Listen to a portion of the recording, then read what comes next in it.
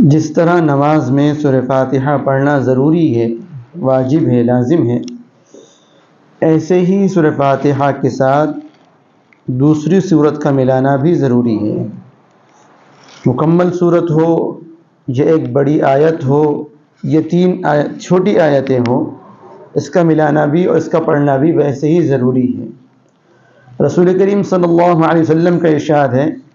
لا صلاة لمن لم يقرأ بفاتحة الكتاب فصاعدا، کہ اس شخص کی کوئی نماز نہیں جو سورہ فاتحہ اور مزید قرآن نہ پڑھے، جو سورہ فاتحہ کے ساتھ مزید تلاوت نہ کرے، اس کی نماز نہیں۔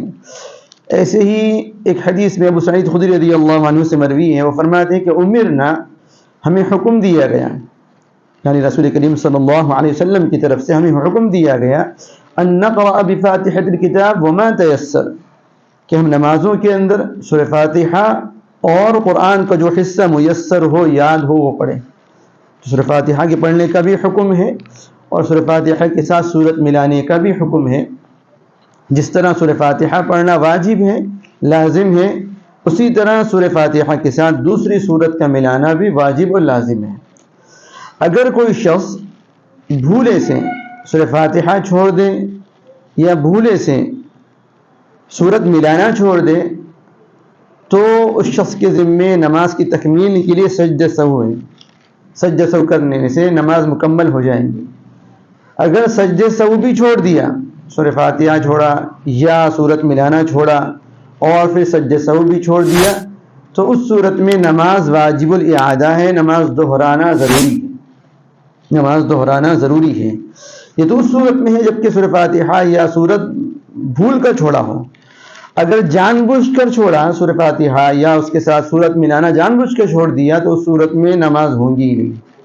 جان بوجھ کر چھوڑا تو اس صورت میں نماز ہوگی ہی نہیں۔ بھولے سے چھوڑا تو سجدہ سہو کے ذریعے سے اس کی تلافی ہو جائیں گی۔ اب اگر کسی شخص نے سورہ فاتحہ تو پڑھا لیکن سورہ فاتحہ کے ساتھ سورت ملانا چھوڑ دیا اور رکوع کے اندر چلا گیا، اور رکوع میں جا کر اس کو یاد آیا کہ میں نے تو سورت ملانا یا ایک آیت کا ملانا، یعنی سورہ فاتحہ کے بعد مزید قرآن کا کوئی حصہ پڑھنا میں بھول گیا، اور اس کو رکوع میں یاد آ رہا ہے، تو اس کے ذمے ضروری ہے کہ وہ واپس آئے۔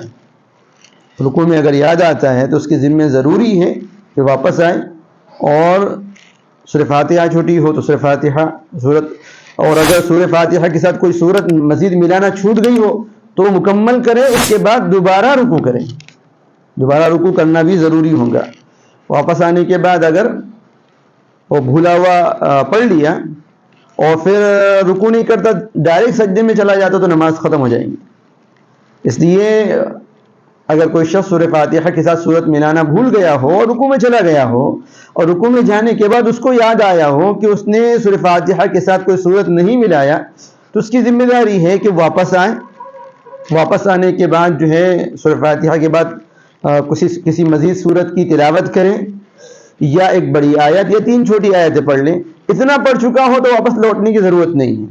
اتنا پڑھ چکا ہو تو واپس مثلا مثال کے طور پر سورت پڑھ رہا تھا سورہ ضحیٰ، 3-4 آیتیں پڑھ چکا تھا، آگے کی سورت بھول گیا، رکوع میں چلا گیا، واپس آنے کی ضرورت نہیں، آگے نماز پڑھتا رہے۔ اتنا قرآن پڑھ لیا جو ضروری ہے تو واپس آنے کی ضرورت نہیں، آگے پڑھتا رہے۔ قرات کے اندر غلطی ہو جانے سے سجدہ سہو لازم نہیں ہوتا، قرات کے اندر غلطی ہو جانے سے سجدہ سہو لازم نہیں ہوتا۔ تو اگر سورت پڑھنا ٹوٹلی بھول گیا ہو تو اس صورت میں لوٹنے کا حکم ہے۔ ہاں اگر کچھ آیتیں پڑھ چکا ہو، 3 چھوٹی آیتوں کے بقدر پڑھ چکا ہو تو واپس نہیں آنے کا ہے، پھر آگے تلاوت کرتے جانا ہے، آگے جو ہے نماز پڑھتے جانا ہے۔ دوسری رکعت کے اندر اس بات کا خیال رکھیں کہ پہلی رکعت کے اندر جو سورت ہم نے پڑھی ہے، دوسری رکعت میں پڑھی جانے والی سورت ترتیب کے اعتبار سے اس کے بعد کی ہو۔ دوسری رکعت کے اندر پڑھی جانے والی سورت پہلی رکعت میں پڑھی جانے والی سورت کے بعد کی ہو، ترتیب کے اعتبار سے، یعنی قرآن کی جو ترتیب ہے اس کے اعتبار سے دوسری رکعت میں پڑھی جانے والی سورت بعد کی ہو۔ اور ایک اور بات کا خیال رکھیں کہ دونوں صورتوں کے بیچ میں ایک چھوٹی صورت نہ چھوٹی بھی ہو۔ مثال کے طور پر کسی شخص نے جو ہے پہلی رکعت کے اندر سورہ تبت یدا ابی لہب پڑھا، دوسری رکعت کے اندر قل هو اللہ احد چھوڑ کر قل اعوذ برب الفلق پڑھنا شروع کر دیا، تو ایسا کرنا مکروہ تنزیہی ہے۔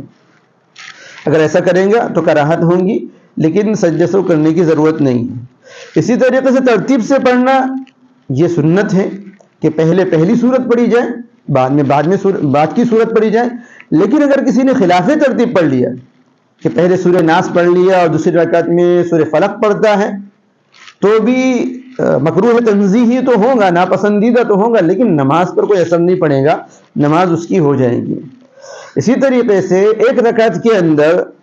قرآن کے الگ الگ حصوں سے پڑھ رہا ہے، الگ الگ حصوں سے پڑھ رہا ہے، اس طریقے سے کہ درمیان کی صورتیں، درمیان کی آیتیں چھوڑ دے رہا ہے بلا کسی عذر کے۔ اگر عذر کی وجہ سے کر رہا ہے، مثال کے طور پر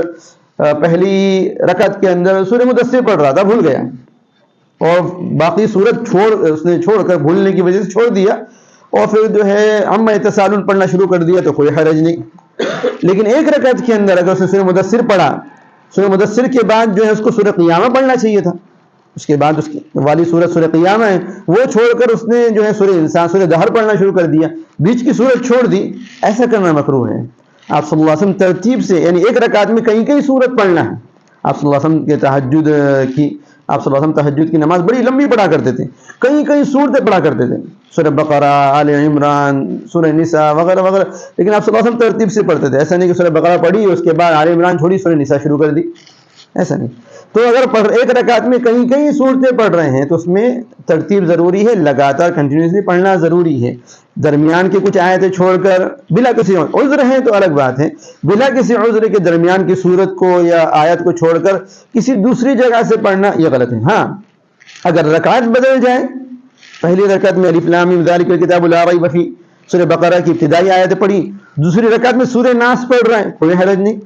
لیکن ایک ہی رکعت میں ایسا کر رہا ہے، ایک ہی رکعت میں سورہ فاتحہ پڑھا اور الف لام میم ذالک الکتاب پڑھتا ہے، باقی پورا قرآن چھوڑ کر ڈائریکٹ سورہ فلق پر پہنچ جاتا ہے، ایسا کرنا غلط ہے، ایسا نہیں کرنا چاہیے۔ ترتیب سے قرآن پڑھنا چاہیے۔ اگر ایک رکعت میں ایک سے زیادہ صورتیں پڑھ رہا ہو تو ترتیب سے پڑھے۔ تو یہ چند چیزیں ہیں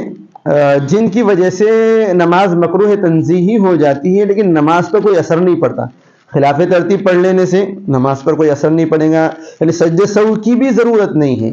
ایسے درمیان میں کوئی چھوٹی سورت چھوڑ دینے کی وجہ سے بھی نماز پر کوئی اثر نہیں پڑے، یعنی نماز میں کوئی یعنی سجدہ سہو کی ضرورت نہیں پیش آئے گی، واجب الاعادہ نماز نہیں ہوگی۔ ہاں البتہ سورت بالکل یا چھوڑ دیتا ہے، سورہ فاتحہ چھوڑ دیتا ہو یا سورت ملانا چھوڑ دیتا ہو، 3 چھوٹی آیتیں یا ایک بڑی آیت ملانا چھوڑ دیتا ہو، تو اس صورت میں اگر بھولے سے چھوڑا تو سجدہ سہو کرنا پڑے گا، اور اگر جان بوجھ کر چھوڑا تو پھر نماز کو دہرانا پڑے گا۔ اگر بھولے سے چھوڑا تھا، سجدہ سہو بھی بھول گیا، بھولے سے چھوڑا تھا، سجدہ سہو بھی بھول گیا، نماز کے ختم ہونے کے بعد یاد آیا کہ میں نے جو ہے سورت بھولے سے چھوڑ دیا تھا، اس کی تلافی کے لیے سجدہ سہو کرنا چاہیے تھا لیکن نہیں کر پایا، سجدہ سہو بھی بھول گیا تھا، تو اگر اسی حالت میں بیٹھا ہوا ہے، نماز کے خلاف کوئی کام نہیں کیا، اسی حالت کے اندر بیٹھا ہوا ہے اور سینہ قبلے سے نہیں پھیرا، اسی حالت میں بیٹھے بیٹھے یاد آ گیا، سلام پھیرنے کے بعد یاد آیا، تو وہیں جو ہے سجدہ کر لیں، سجدہ کرنے کے بعد یعنی سجدہ سہو کر لیں، اٹھ کر بیٹھ جائے قاعدے کے اندر اور دوبارہ تحیات پڑھ لیں اور جو ہے درود شریف اور دعا معصورہ وغیرہ یا کوئی اور دعا پڑھ کر سلام پھیر لیں۔ لیکن اگر کوئی منافی کام کر چکا تھا، نماز کی منافی بات چیت کر لیا تھا یا سینہ قبلے سے پھر گیا تھا، تو پوری نماز کو دہرانا پڑے گا، وقت کے رہتے رہتے پوری نماز کو دہرانا پڑے گا۔ اگر وقت کے اندر نماز دہرا نہیں سکا اور وقت ختم ہونے کے بعد یاد آیا اس کو، تب اس کے لیے نماز کا دہرانا بہتر ہے، ضروری نہیں۔ وقت کے اندر یاد آ گیا تو ضروری ہے، اگر وقت ختم ہونے کے بعد یاد آیا، مثال کے طور پر جو ہے ظہر کے بعد کی سنتیں پڑھ رہا تھا، پہلی رکعت کے اندر سورت ملانا چھوڑ دیا، پھر نماز پوری پڑھ لی، یاد نہیں آیا، عصر کا وقت شروع ہو گیا، اس کے بعد یاد آیا کہ ظہر کی سنتوں میں اس نے جو ہے پہلی رکعت کے اندر سورہ فاتحہ کے ساتھ مزید کوئی سورت نہیں ملائی، تب اس کے لیے نماز کا دہرانا ضروری نہیں، البتہ افضل اب بھی یہ ہے کہ وہ نماز دہرا لے۔ سبحان اللہ۔